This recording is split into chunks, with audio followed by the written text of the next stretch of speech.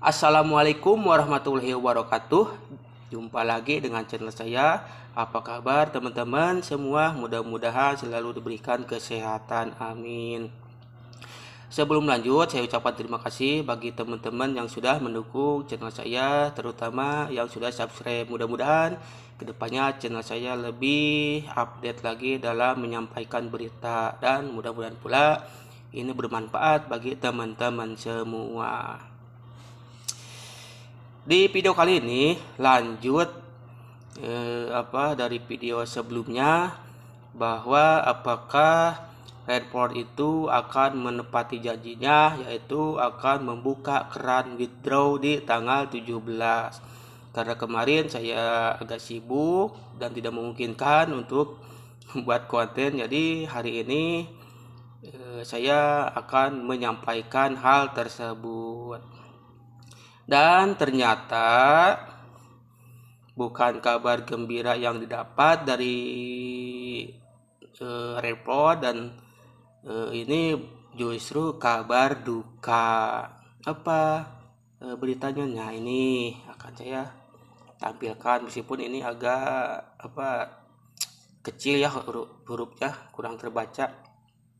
Nah, ini surat pengumuman dari Redport. Pengguna Global Redport yang terhormat, tinjauan penilaian M dan A telah berakhir dan harga REDT saat ini telah berhasil melampaui 30 USDT untuk menyelesaikan 5 kali penilaian M dan A. Ini penilaian apa? Saya juga kurang paham. Karena harga REDT gagal melebihi 50 USDT lah. Ini kan di pengumuman sebelumnya syaratnya harus 10 USDT. Ini kok jadi 50 USDT? Valuasinya mencapai 10 kali, dan agensi merger dan akuisisi mengharuskan Red untuk melakukan penandatanganan perjanjian merger. Harga REDT gagal melebihi 50 USDT. Sebelumnya syarat penarikan itu 10 USDT. Nah, sekarang kok jadi 50 USDT. Jadi teman-teman ini harus cermat dalam memilih suatu bisnis. Ini berbelit-belit. Jadi tidak konsisten. Katanya tanggal 17 bisa ditarik, dan sekarang ternyata berubah lagi pengumumannya. Nah, lanjut. Semua akun asli. Ini saya juga bingung sih. Apakah ya ini sebenarnya sangat miris, karena aset kalian itu mungkin ada yang lumayan cukup besar, apalagi sampai ada yang mengeluarkan pernyataan lewat video minta tolong agar bisa ditarik, walaupun itu berapapun itu pengen ditarik. Ternyata ini jangankan 25% sesuai anjuran surat edaran Heart of Hope, ternyata ini 1% pun tidak bisa withdraw. Nah, ini kan di video sebelumnya saya sudah wanti-wanti Redport ini ya memang entitas ilegal. Bahkan pas di grup Telegram saya tanya, kalau ada misalkan konten kreator yang membahas Redport bahwa ilegal, itu katanya menurut mereka mencemarkan nama baik, bisa dituntut undang-undang ITE. Nah, ini gimana? Ini yang nipu ini. Kalian gencar mau melaporkan para YouTuber yang memberikan fakta sesuai sesuai fakta. Nah, sementara ini yang berbelit-belit, apakah kalian akan melaporkannya juga? Karena ini menyangkut aset kalian. Nah, ini ada yang menarik. Semua akun asli, akun langganan, dan akun hadiah harus menerima larangan 180 hari untuk menjual REDT untuk memastikan nilai pasar REDT yang stabil. Ini harus nunggu 180 hari. Ya itu sih terserah teman-teman apakah mau nunggu selama 1 semester. Jadi kalau kalian masuk sekolah semester 1 pas ulangan ujian akhir sekolah, kalian baru itu pun itu belum jelas apakah bisa withdraw atau tidak. Begitu teman-teman. Jadi ini saya juga ini saya juga bingung mau ngomong apa.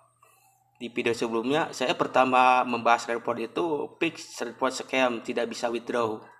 Itu saya sudah bahas juga, dan kejanggalan sebelumnya itu juga pernah saya bahas.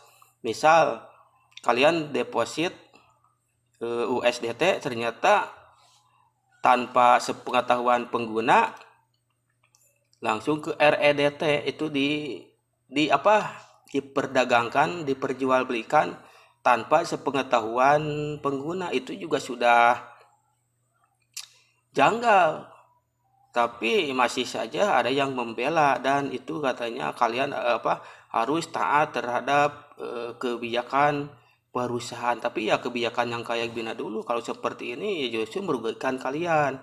Jadi sebenarnya kalau legal bisa dilaporkan ke lembaga perlindungan konsumen, karena kalian dirugikan atas perdagangan ilegal ini ya. Saya kan sebelumnya pernah bahas di perdagangan secara ilegal, sedangkan ini juga report ini statusnya ilegal ya, seperti ini hasilnya. Begitu teman-teman. Jadi cerdas-cerdaslah. Ada yang komentar higretan, maksudnya semakin besar keuntungan maka semakin besar pula resiko.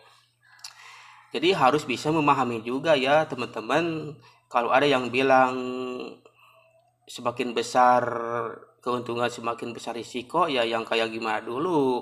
Kalau misalkan teman-teman pilih investasi ilegal, itu bukan resiko, itu namanya cari penyakit. Karena report ini jelas sudah dirilis oleh OJK, ditetapkan sebagai entitas ilegal sampai kapanpun, kecuali mau urus izin, dinormalisasi, baru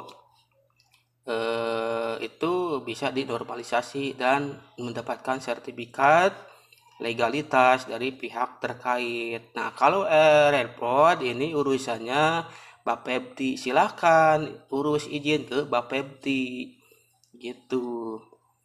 Ini ya kenapa ini semena-mena ya, karena tidak diawasi oleh pemerintah. Pemerintah sendiri ini sudah menyatakan ilegal, makanya kebijakannya sangat rancu. Di pengumuman sebelumnya katanya tanggal 17. Nah, sekarang sudah lewat. Saya ini bikin video tanggal 18 dan ternyata itu ingkar janji.